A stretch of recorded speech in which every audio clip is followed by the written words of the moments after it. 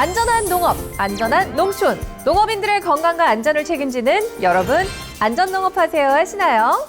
영농입니다. 영농씨, 오늘 평소랑 좀 다른 패션인데요? 제가 누굽니까? 여러분, 안전농업하세요의 예습둥이 아니겠어요? 자, 오늘 우리가 다룰 주제가 지금 제 복장과 관련이 있다고요. 뭔지 감이 오시나요? 자, 오늘의 주제 확인해 보겠습니다. 우선 우리 농업인분들에게 주로 발생하는 감염병부터 살펴보겠습니다. 진드기와 설치류를 매개로 하는 감염병이 많은데요. 먼저 진드기 매개 감염병부터 알려드릴게요. 많이들 알고 계시는 쯔쯔가무시증과 중증 열성 혈소판 감소 증후군이 대표적입니다. 각각 쯔쯔가무시균에 감염된 철 진드기 유충에 물리거나 중증 열성 혈소판 감소 증후군, 즉 SFTS 바이러스에 감염된 참 진드기에 물려 전파됩니다. 두 진드기 모두 풀이 무성한 환경을 좋아하는 만큼 농경지에 분포해 있기 쉬워서 농업인들이 노출될 가능성 역시 높다고 해요. 쯔쯔가무시증은 10월에서 12월 사이에 집중적으로 발생하는 감염병입니다. 쯔쯔가무시증에 걸리면 갑작스럽게 열이 나고 오한, 두통, 근육통, 기침, 구토 등이 나타납니다. 이런 증상이 진드기에 물리고 바로 나타나는 건 아니고요. 물린 후 1주에서 3주 정도의 잠복기를 두고 나타납니다. 털진드기 유충은 크기가 매우 작아서 눈으로는 찾아낼 수 없습니다. 다만 이것에 물리고 나면 물린 곳에 상처가 생기고 시간이 지나면 검은 딱지가 남습니다. 이 검은 딱지는 진드기에 물린 후 2, 3주 후에 나타나는데 크기가 엄지손톱만 해서 육안으로 확인이 가능합니다. 이 검은 딱지가 쯔쯔가무시증 진단에 매우 중요한데요. 주로 피부가 겹치고 습한 부위에서 잘 발견되니까요. 사타구니, 겨드랑이, 오금쟁이, 허리나 가슴 부위, 머리카락 속, 귀 주위 등 온몸을 샅샅이 살펴봐 주십시오. 특히 농사일을 한 뒤로는 적어도 3주 동안 앞서 말씀드린 증상은 없는지 검은 딱지가 생기지는 않았는지를 관찰하고 확인하는 게 중요하겠습니다. 중증 열성 혈소판 감소 증후군, 즉 SFTS는 9월에서 10월 사이에 주로 발생하는 것으로 알려져 있지만 요즘은 봄, 여름에도 많이 발생하고 있습니다.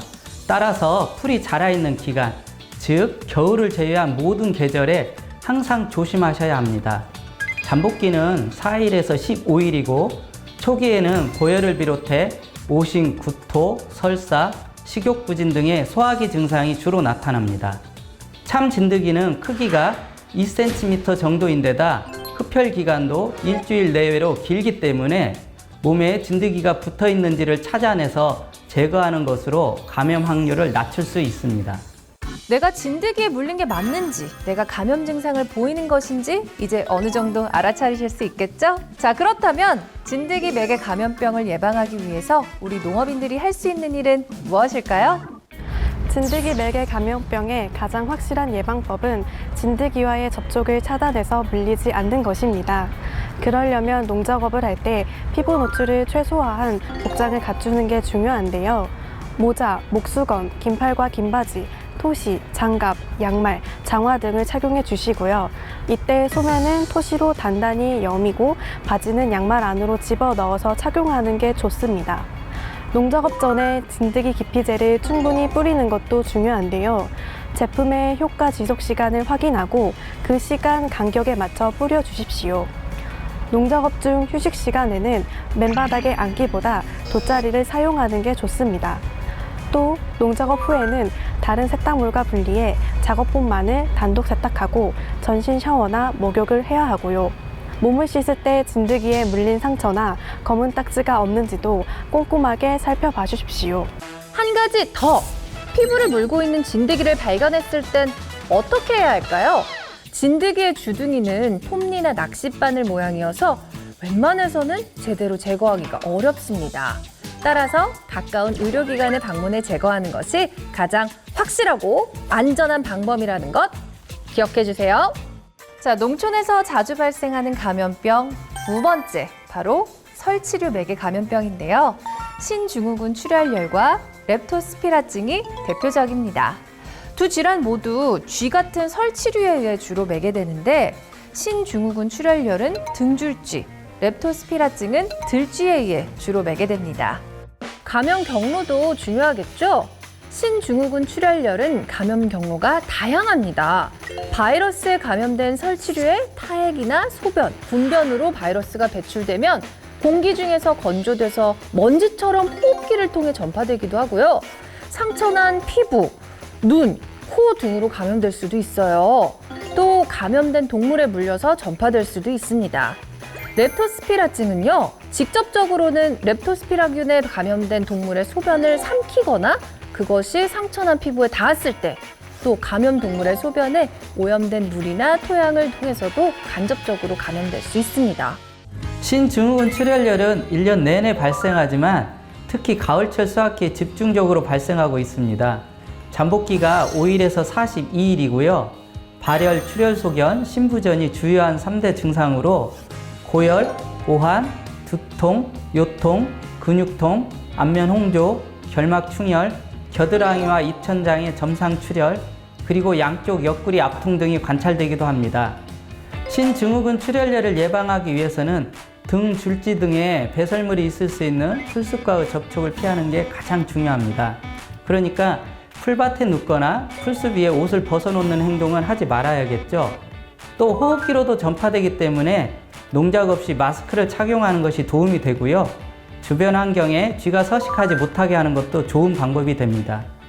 렙토스피라증 역시 1년 내내 발생하고 그 중에서도 가을철 수확기에 집중적으로 발생합니다. 보통 2일에서 14일의 잠복기를 보이고요. 무증상 또는 가벼운 감기 증상부터 중증 증상까지 다양하게 나타나는데 초기 증상으로는 고열, 두통, 오한, 근육통, 구토, 황달, 저간, 복통, 설사, 발진 등이 나타날 수 있습니다. 하지만 대부분 경증의 비황달형을 보이니까요. 지나친 두려움은 갖지 마시기 바랍니다.